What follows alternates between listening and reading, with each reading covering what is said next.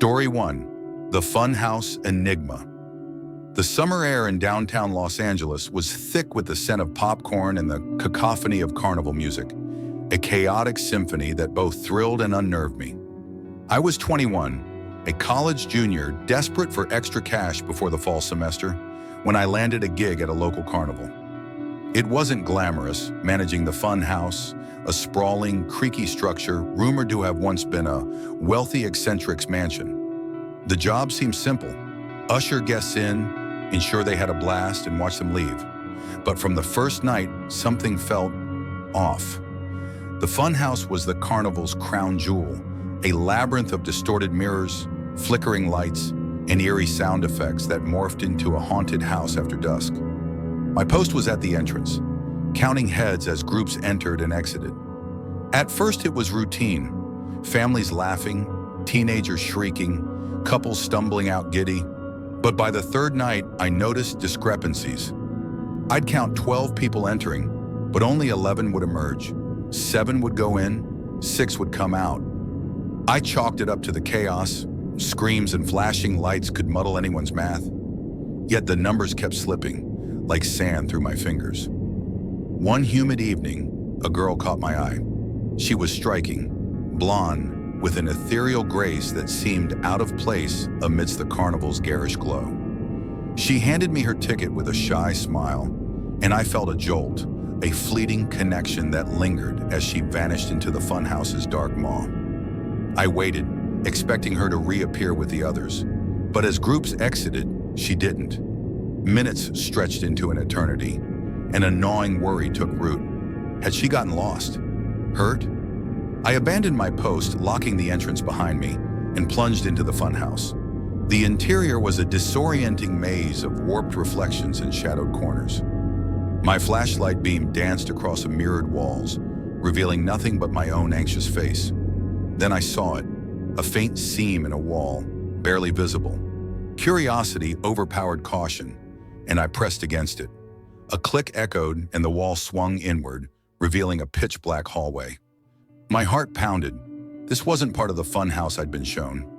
I stepped inside, my phone's light cutting through the darkness, and followed the corridor to a second door. It opened to the carnival grounds, a hidden exit. Relief flooded me. This explained the missing guests. They'd stumbled through this secret passage, mistaking it for the way out. But the girl was still unaccounted for. I retraced my steps, exploring deeper into the Funhouse, when I found another seam, identical to the first. This time, when I pushed, a rancid odor hit me, like decay and damp earth. The door revealed not a hallway, but a ladder descending into darkness. My boss had sworn the building had no basement, yet here it was. Against every instinct, I climbed down, driven by the thought of the girl trapped below. The ladder ended in a tunnel, its walls slick with moisture, the air heavy with that putrid smell. My flashlight revealed a passage stretching into oblivion, carved from earth and stone, far older than the carnival above.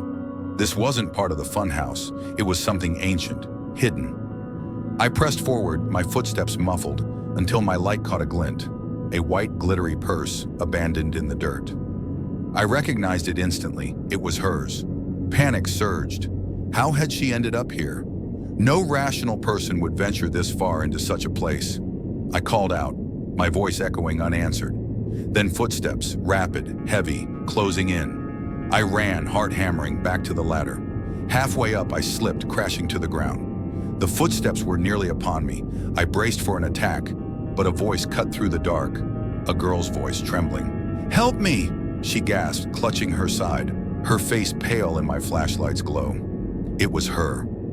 I urged her to climb, but she begged me to follow her deeper into the tunnel, her eyes wild with fear.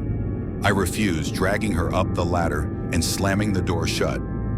Back in the Funhouse, she was incoherent, claiming she didn't remember how she'd ended up underground, only that she'd heard voices in the dark, calling her name. Her blank stare unnerved me, and when I pressed her about why she'd wanted to stay below, she went silent. I called the police, but she slipped away before they arrived, vanishing into the carnival's fading crowd. The investigation uncovered a chilling truth. The funhouse was built over a network of Prohibition-era tunnels used by smugglers and criminals, unknown to the carnival's owners, or so they claimed. I quit that night, haunted by questions. Was the girl a victim, lured below by someone or something? Was she part of a darker scheme? The tunnels were sealed, but the memory of that night lingers, a shadow I can't shake. Story 2. The cursed ticket carnivals were my childhood obsession. Growing up in a sleepy Indiana town, where the most exciting event was the annual fair, the arrival of the spring carnival was like a burst of magic. The lights, the games, the thrill of the unknown. It was my escape. Even now in my 30s, the scent of cotton candy sparks a nostalgic joy. But one memory, from when I was 11, taints that love with a chill I can't explain. It started in the town library, a dusty relic where I'd lose myself in books.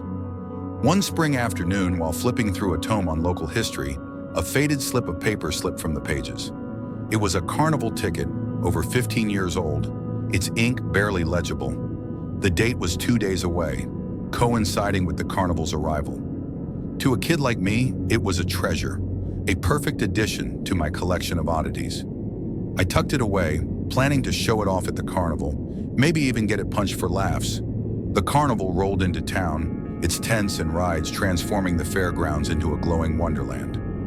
I approached the ticket booth, the old ticket clutched in my hand, expecting a chuckle from the attendant. Instead, his face drained of color, his eyes widening before he forced a smile.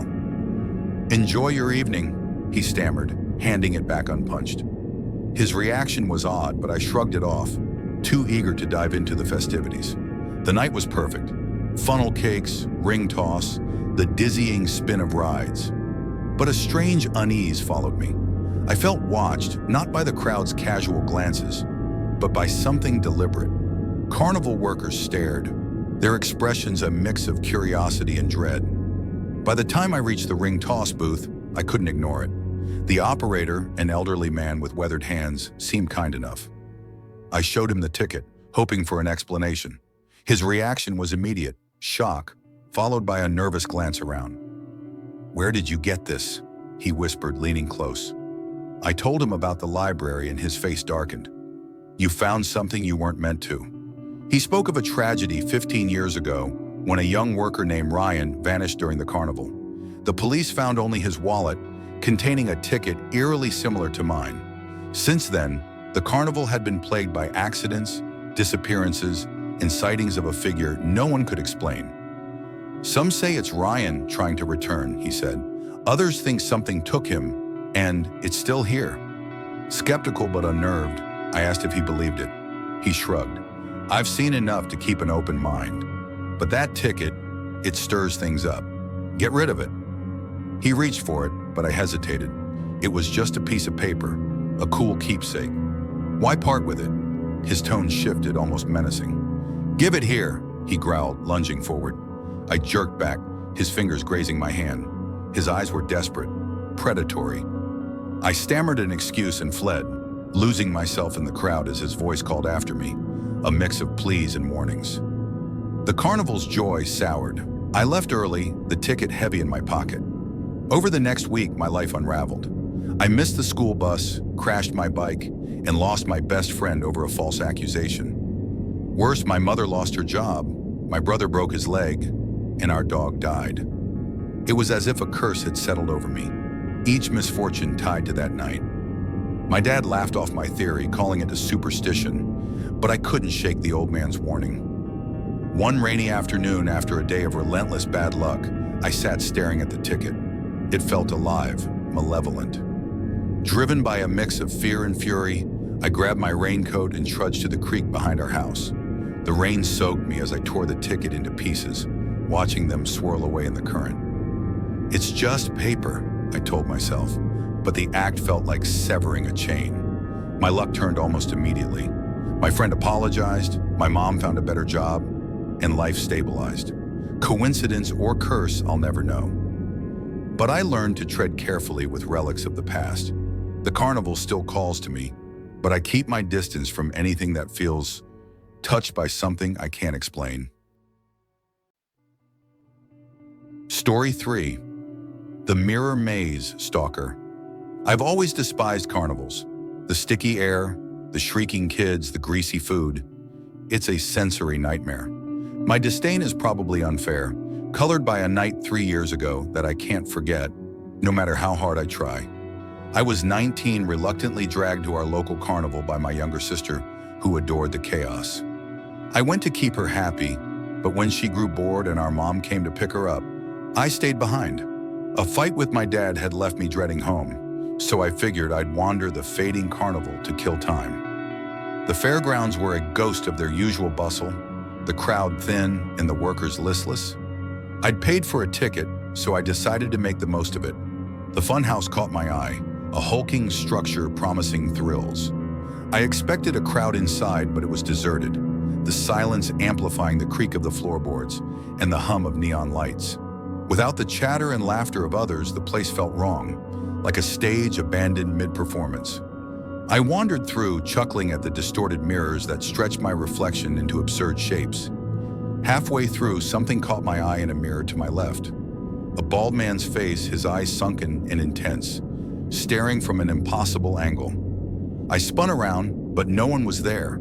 The mirror's endless reflections made it impossible to pinpoint where he'd been. My pulse quickened. I hadn't heard the entrance open, meaning he'd either slipped in silently or was already inside when I arrived.